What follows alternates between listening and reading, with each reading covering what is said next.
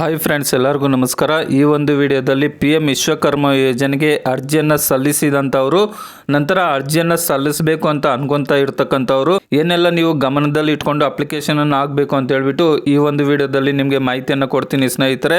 ಈಗಾಗಲೇ ತುಂಬ ಜನ PM ವಿಶ್ವಕರ್ಮ ಯೋಜನೆಗೆ ಅರ್ಜಿಯನ್ನು ಸಲ್ಲಿಸಿ ನಮಗೆ ಟ್ರೈನಿಂಗ್ ಅಮೌಂಟ್ ಬಂದಿಲ್ಲ, ನಂತರ ಬ್ಯಾಂಕ್ ಕಡೆಯಿಂದ ಲೋನ್ಗೆ ಕಾಲ್ ಬಂದಿಲ್ಲ, ನಮ್ಮ ಅಪ್ಲಿಕೇಶನ್ ಅಪ್ರೂವಲ್ ಆಗಿಲ್ಲ, ಅದೇ ರೀತಿಯಾಗಿ ಕೆಲವು ಬ್ಯಾಂಕ್ ಅವರು ನಮಗೆ ಲೋನ್ ಅನ್ನು ಕೊಡೋದಿಲ್ಲ ಅಂತಾರೆ. ಸೊ ಯಾವ ರೀತಿ ನಾವು ಅಪ್ಲಿಕೇಶನ್ ಆಗಬೇಕು, ಏನೆಲ್ಲ ಕರೆಕ್ಟಾಗಿ ಹಾಕಿದ್ರೆ ನಮಗೆ ಬೇಗ ಟ್ರೈನಿಂಗ್ಗೆ ಕಾಲ್ ಬರುತ್ತೆ, ಅದೇ ರೀತಿಯಾಗಿ ಬ್ಯಾಂಕ್ ಕಡೆಯಿಂದ ಬೇಗ ಲೋನ್ ಬರುತ್ತೆ, ನಂತರ ಟ್ರೈನಿಂಗ್ ಅಮೌಂಟ್ ಬೇಗ ಬರುತ್ತೆ ಅಂತ ಹೇಳ್ಬಿಟ್ಟು ಈಗಾಗಲೇ ಅಪ್ಲಿಕೇಶನ್ ಆಗದಂಥವರು ಸಹ ಈ ತಪ್ಪುಗಳನ್ನು ಮಾಡಬಾರ್ದು. ಅದೇ ರೀತಿಯಾಗಿ ಹೊಸದಾಗಿ ಅಪ್ಲಿಕೇಶನ್ ಅನ್ನು ಹಾಕುವಂಥವರು ಸಹ ಈ ಒಂದು ಅಂಶಗಳನ್ನು ಗಮನದಲ್ಲಿ ಇಟ್ಕೊಂಡಾಗ ಮಾತ್ರ ನಿಮಗೆ ಬೇಗ ಟ್ರೈನಿಂಗ್ಗೆ ಕಾಲ್ ಬರುತ್ತೆ, ನಂತರ ಬ್ಯಾಂಕ್ ಕಡೆಯಿಂದ ಲೋನ್ ಬರುತ್ತೆ, ಅದೇ ರೀತಿಯಾಗಿ ಟ್ರೈನಿಂಗ್ ಅಮೌಂಟ್ ಸಹ ಬರುತ್ತೆ. ಸೊ ಇವೆಲ್ಲ ಪಡಿಬೇಕಾದ್ರೆ ಏನು ಮಾಡಬೇಕು ಅಂತ ಈಗ ಈ ಒಂದು ವಿಡಿಯೋದಲ್ಲಿ ನಿಮಗೆ ಮಾಹಿತಿಯನ್ನು ಕೊಡ್ತೀನಿ, ಹಾಗಾಗಿ ಎಲ್ಲೂ ಸ್ಕಿಪ್ ಮಾಡಬೇಡಿ ಸ್ನೇಹಿತರೆ. ಅದೇ ರೀತಿಯಾಗಿ ವಿಶ್ವಕರ್ಮ ಯೋಜನೆಗೆ ಸಂಬಂಧಿಸಿದಂತಹ ಹಲವಾರು ಮಾಹಿತಿ ನಮ್ಮ ಯೂಟ್ಯೂಬ್ ಚಾನಲಲ್ಲಿ ಕೊಡ್ತಾ ಇರ್ತೀವಿ. ಆ ಮಾಹಿತಿ ನಿಮಗೆ ಬರಬೇಕಾದ್ರೆ ನೀವು ಸಬ್ಸ್ಕ್ರೈಬ್ ಮಾಡ್ಕೊಂಡಾಗ ಮಾತ್ರ ಆ ಮಾಹಿತಿ ಬರುತ್ತೆ ಸ್ನೇಹಿತರೆ. ಹಾಗಾಗಿ ಯಾರೆಲ್ಲ ಇಲ್ಲಿವರೆಗೂ ಸಬ್ಸ್ಕ್ರೈಬ್ ಮಾಡ್ಕೊಂಡಿಲ್ವೋ ಅಂಥವರು ಈ ಕೂಡಲೇ ಸಬ್ಸ್ಕ್ರೈಬ್ ಮಾಡ್ಕೊಳ್ಳಿ ಸ್ನೇಹಿತರೆ. ಇನ್ನು ಈಗ ಹೊಸದಾಗಿ ಅಪ್ಲಿಕೇಶನ್ ಹಾಕುವಂಥವ್ರದ್ದು ಕಾರ್ಪೆಂಟರ್ ನಂತರ ಟೈಲರಿಂಗ್ ಕೆಲಸವನ್ನು ವಿಶ್ವಕರ್ಮ ಯೋಜನೆ ಕಡೆಯಿಂದ ರಿಮೂವ್ ಮಾಡಿದ್ದಾರೆ. ಅದು ಬಿಟ್ಟು ಉಳಿದಂತಹ ಎಲ್ಲ ಕೆಲಸದವರು ಸಹ PM ವಿಶ್ವಕರ್ಮ ಯೋಜನೆಗೆ ಅರ್ಜಿಯನ್ನು ಸಲ್ಲಿಸ್ಕೋಬಹುದು. ಅಪ್ಲಿಕೇಶನ್ ಸಲ್ಲಿಸುವಾಗ ನೀವು ಕರೆಕ್ಟಾಗಿ ಸಲ್ಲಿಸಿದ್ರೆ ಮಾತ್ರ ನಿಮಗೆ ಟ್ರೈನಿಂಗ್ ಅಮೌಂಟ್ ಆಗಿರ್ಬೋದು, ಅದೇ ರೀತಿಯಾಗಿ ಟೂಲ್ ಕಿಟ್ ಆಗಿರ್ಬೋದು, ಅದೇ ರೀತಿಯಾಗಿ ಬ್ಯಾಂಕಿಂದ ಲೋನ್ ಬರೋದಾಗಿರ್ಬೋದು, ಇವೆಲ್ಲ ಕರೆಕ್ಟಾಗಿ ಇದ್ದಾಗ ಮಾತ್ರ ಇದರ ಒಂದು ಸೌಲಭ್ಯ ಸಿಗುತ್ತೆ.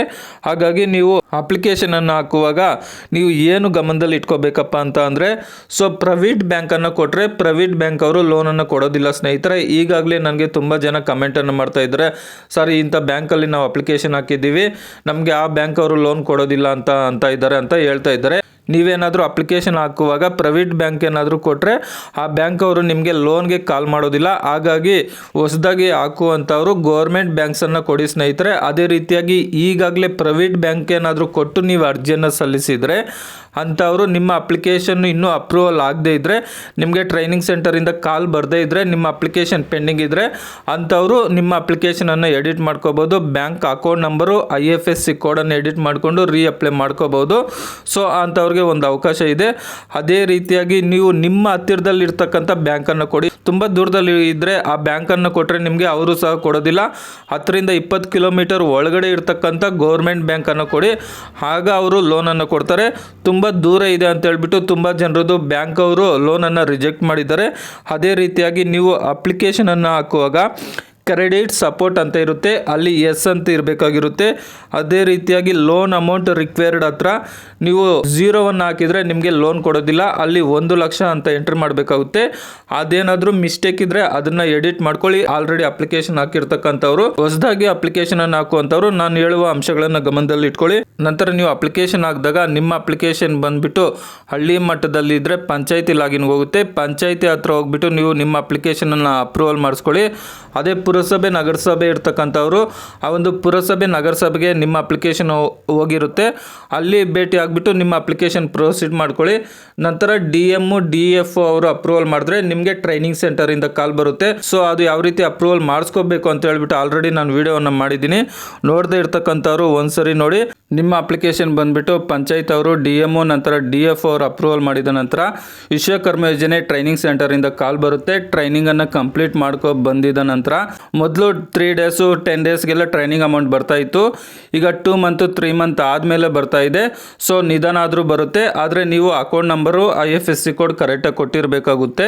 ಸೊ ಟ್ರೈನಿಂಗ್ ಮುಗಿಸ್ಕೊಂಡು ಬಂದ ನಂತರ ನೀವು ಟೂಲ್ ಕಿಟ್ಗೆ ಬುಕ್ ಮಾಡಬೇಕಾಗುತ್ತೆ. ಟೂಲ್ ಕಿಟ್ಗೆ ಬುಕ್ ಮಾಡಿದಾಗ ನಿಮ್ಗೆ ಒಂದು ಮೆಸೇಜ್ ಬರುತ್ತೆ. ಆ ಒಂದು ಮೆಸೇಜನ್ನು ಭದ್ರವಾಗಿ ಇಟ್ಕೊಂಡಿರಬೇಕಾಗುತ್ತೆ. ಒಂದು ವೇಳೆ ಡಿಲೀಟ್ ಆದರೂ ಪರವಾಗಿಲ್ಲ, ಆದರೆ ನಿಮ್ಮ ಮೊಬೈಲಲ್ಲಿ ಭೀಮ್ ಆ್ಯಪನ್ನು ಇನ್ಸ್ಟಾಲ್ ಮಾಡಿಕೊಂಡು QR ಕೋಡನ್ನು ಇಟ್ಕೊಂಡಿರ್ರಿ.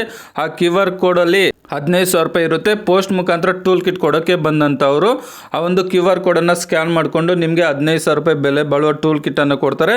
ಆ ಟೂಲ್ ಕಿಟ್ಟನ್ನು ಯಾರಿಗೂ ಸಹ ಶೇರ್ ಮಾಡೋಕ್ಕೆ ಹೋಗಬೇಡಿ.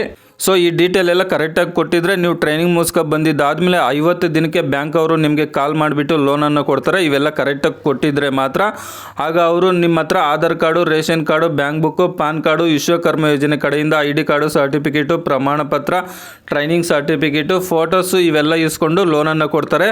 ಕೆಲವು ಬ್ಯಾಂಕಲ್ಲಿ ಕೊಟೇಶನನ್ನು ಕೇಳ್ತಾರೆ, ಕೆಲವು ಬ್ಯಾಂಕಲ್ಲಿ ಕೊಟೇಶನನ್ನು ಕೇಳೋದಿಲ್ಲ.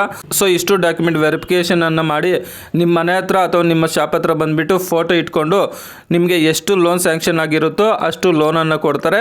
ಆದರೆ ಇವೆಲ್ಲ ಕರೆಕ್ಟಾಗಿ ನಾನು ಹೇಳಿದ್ನಲ್ವ, account number, IFSC code, credit support, loan amount required ಇವೆಲ್ಲ ಕರೆಕ್ಟಾಗಿ ಅರ್ಜಿ ಸಲ್ಲಿಸುವಾಗ ಹಾಕಿದರೆ ಮಾತ್ರ ಈ ಪ್ರೊಸೆಸಿಂಗ್ ಬೇಗ ಆಗುತ್ತೆ. ಇಲ್ಲ ಅಂತ ಅಂದರೆ ನಿಧಾನ ಆಗುತ್ತೆ, ಲೋನ್ ಸಹ ಸಿಗೋದಿಲ್ಲ. ಕೆಲವರು ಪ್ರೈವೇಟ್ ಬ್ಯಾಂಕ್ ಅವರು ಅರ್ಜಿ ಸಲ್ಲಿಸಿದಂಥವ್ರು ನನಗೆ ಸರ್ ಈ ಬ್ಯಾಂಕಲ್ಲಿ ಲೋನ್ ಕೊಡೋದಿಲ್ಲ ಅಂತ ಇದ್ದಾರೆ, ಲೀಸ್ಟಲ್ಲಿ ನಮ್ಮ ಹೆಸರು ಇದ್ದರೂ ಸಹ ಕೊಡಲ್ಲ ಅಂತ ಹೇಳ್ತಾ ಇದ್ದಾರೆ. ಹಾಗಾಗಿ ಇನ್ನೂ ಯಾರಿಗೆಲ್ಲ ಟ್ರೈನಿಂಗ್ ಕಾಲ್ ಕರೆದಿಲ್ವೋ ಅಂಥವ್ರು ಎಡಿಟ್ ಮಾಡ್ಕೊಳ್ಳೋದಕ್ಕೆ ಆಪ್ಷನ್ ಇದೆ. ಅದೇ ರೀತಿಯಾಗಿ ಹೊಸದಾಗಿ ಅರ್ಜಿಯನ್ನು ಸಲ್ಲಿಸುವಂಥವ್ರು ನಾನು ಹೇಳಿರ್ತಕ್ಕಂಥ ಅಂಶಗಳನ್ನೆಲ್ಲ ಗಮನದಲ್ಲಿ ಇಟ್ಕೊಂಡು ಅರ್ಜಿಯನ್ನು ಸಲ್ಲಿಸಿ ಸ್ನೇಹಿತರೆ. ಸೊ ನಿಮ್ಗೇನೇ ಡೌಟ್ ಇದ್ರೂ ಸಹ ಕಮೆಂಟ್ ಮಾಡಿ, ಅದಕ್ಕೆ ಸಂಬಂಧಿಸಿದಂಥ ವಿಡಿಯೋವನ್ನು ಮಾಡ್ತೀನಿ. ಅದೇ ರೀತಿಯಾಗಿ ನಿಮ್ಮ ಸಪೋರ್ಟನ್ನು ಸಬ್ಸ್ಕ್ರೈಬ್ ಮಾಡ್ಕೊಳ್ಳೋದ್ರ ಮುಖಾಂತರ ತಿಳಿಸಿ. ವಿಡಿಯೋ ನೋಡಿದ್ದಕ್ಕಾಗಿ ತುಂಬ ಧನ್ಯವಾದಗಳು. ಬಾಯ್, ಟೇಕ್ ಕೇರ್ ಫ್ರೆಂಡ್ಸ್.